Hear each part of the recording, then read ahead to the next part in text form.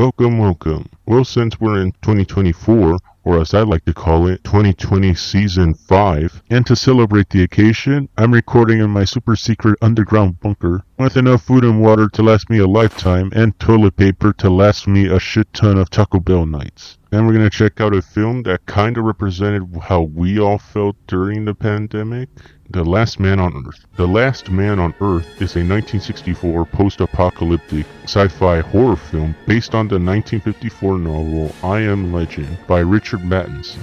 The film was produced by Robert L. Liptard and directed by Sidney Salko, and it stars the man, the myth, the legend, Vincent Price. Hell, I even dressed up for the occasion. Anyways, the screenplay was written by, in part, Matheson himself. However, he was dissatisfied with the result and chose to be credited as Logan Swanson, and we'll talk about that later. Also, he wasn't 100% on board on having his film adapted, but Lipton said the film was going to be produced by Hammer Studios and directed by legendary director Fritz Lang, who's made classics like M and Metropolis. And Matheson was on board. Unfortunately, it didn't happen and he wasn't happy about it. Also, this film was a American-Italian co-production, so get ready to see some bad dubbing.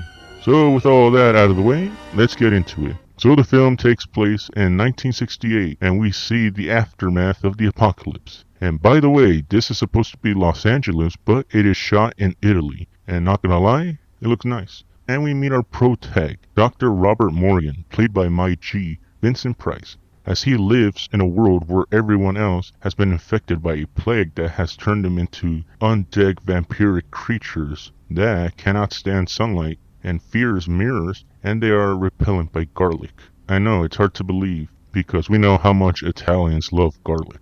And we see how Morgan carries the same routine every day. He wakes up, marks another day on the calendar, gathers his weapons, and then goes on the hunt for infected, killing as many as he can and then burning the bodies. So he's pretty much doing what I've been doing during the pandemic. You what? Anyways, at night he locks himself in his house as the undead show up, bashing his windows and calling out his name. Morgan, come out. Come out. Fuck you, asshole! And yes, these are the vampires, and they are weak as fuck and small brained, whereas in the novel, they are fast and agile. Anyways, it's the next day, and Robert heads off to a church to pay his respects, and he falls asleep. Unfortunately, he slept through the whole day and he books it back to his house by kicking ass and fending off the dead with a mirror.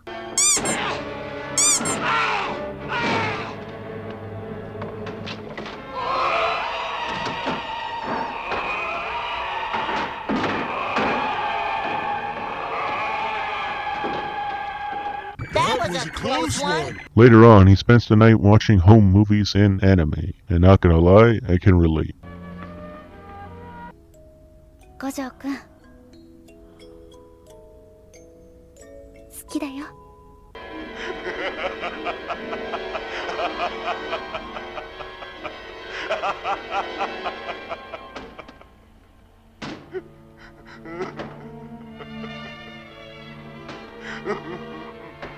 But enough of that, it's time for a flashback sequence.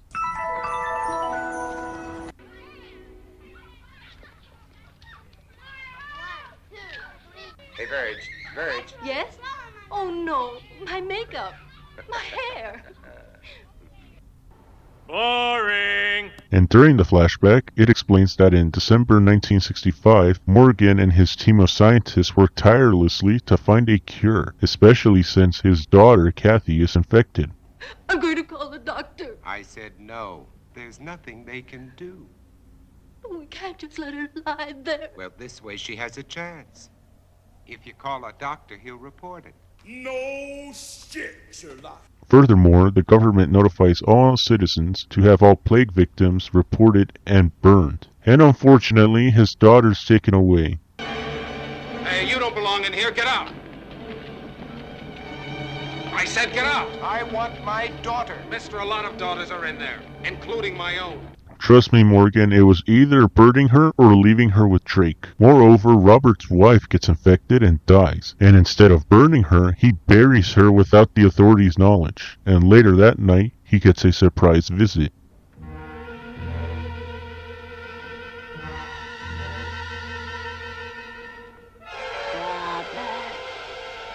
What? What the fuck?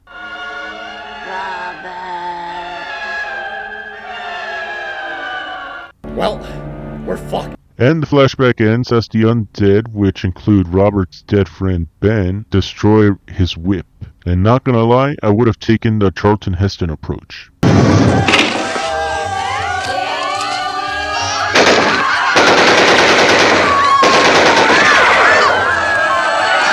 The next morning, Robert finds his car all fucked up and he goes to find a new one. GTA style. Kind of. Then a dog appears in the neighborhood and Morgan chases after the dog, but it runs away. Wait! Don't run away! Come back here!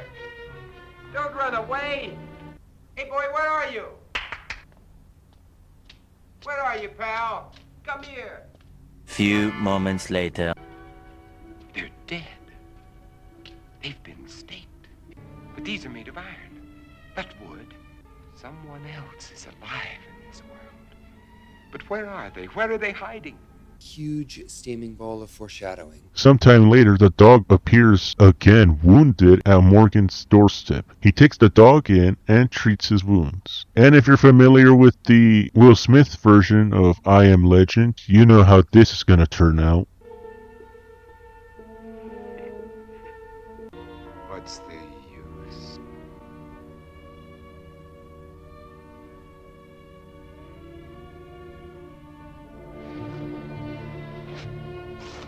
By the way, I didn't edit that part. The movie doesn't show him killing the dog. Thankfully, we don't have to see that. Anyways, while burying the dog, Morgan spots a woman in the distance. The woman, named Ruth, is terrified of Morgan at first sight and runs from him. Morgan goes after her and convinces her to return to his home, but he is suspicious of her true nature.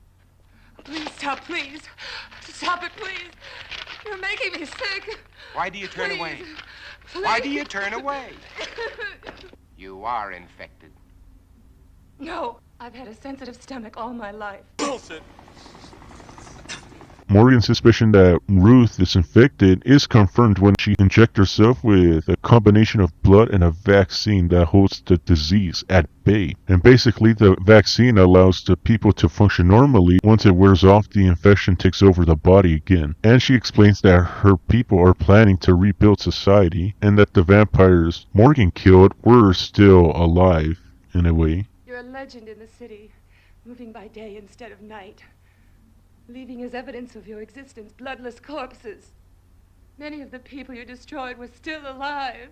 From a certain point of view. She tells him that she was sent to spy on Morgan. Ruth then draws a gun at Morgan, but ultimately surrenders to him. Ruth desperately urges Morgan to flee, but he refuses. Moreover, he tries to create a new vaccine using his blood, as he hypothesizes that he is immune to the virus because he was bitten by an infected bat years earlier. And while Ruth is asleep, Morgan transfuses his own blood into her, and she is immediately cured. And Morgan sees hope in that, as they can cure the rest of her people. However, Ruth's people begin their attack. Ruth's people spot Morgan and chase him down. He shoots back like a G and picks up tear gas grenades from the police station armory along the way. While the tear gas delays his pursuers, Morgan is wounded by gunfire and retreats into a church. At the church, he is surrounded by these new vampires, and Morgan says this. You freaks! All of you. All of you freaks! Mutations!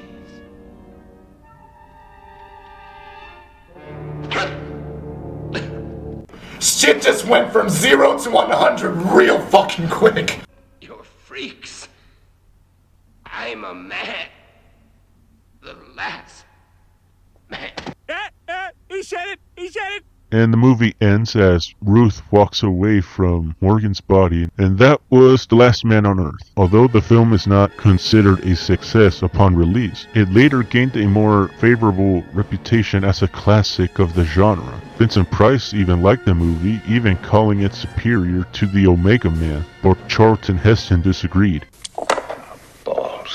Also, as I mentioned before, Richard Matheson hated the film for being a bad adaptation of his book, which is surprising because this film is the most accurate adaptation of his novel. Also, the film was the inspiration for the late great George A. Romero when making his own film, Night of the Living Dead. And with that out of the way, now what did I think of the film? Well, I enjoyed it. I get it, it's not 100% great, as the low budget does impact the film, as the slow vampires aren't scary and seem cheesy by today's standards. But I do have to give credit, as Vincent Price carries this film all by himself, as we see him not only survive the apocalypse, but also retain his sanity as he lives alone.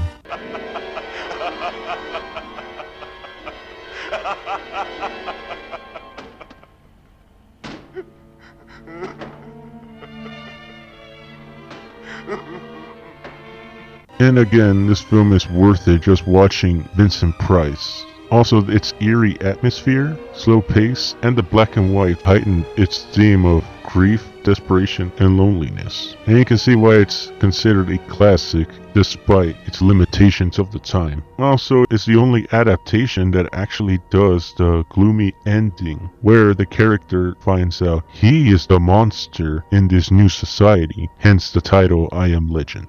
So in a nutshell, this film is pretty good, but it's not as scary as you think. But you will enjoy Vincent Price's performance, as again he carries this whole film. So I'll give it 3 out of 5 Vincent Prices. And that was the video. Don't forget to like, share, and subscribe for more videos just like this. And if you like my work, support the channel at Ko-Fi. There you can help support the channel with as much as $1 a month. And you can drop suggestions for any future projects you want me to see, and you get to have your names in the credits. And if you do support me, I thank you very much, and I appreciate it very much, as it keeps this channel afloat. So again, stay safe out there, and goodbye.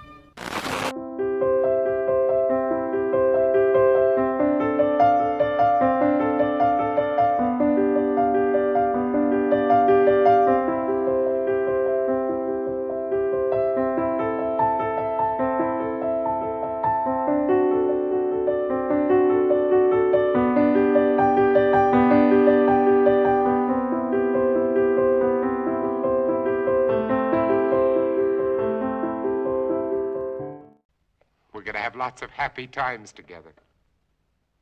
You'll see, everything's going to be fine. That one didn't age quite so well.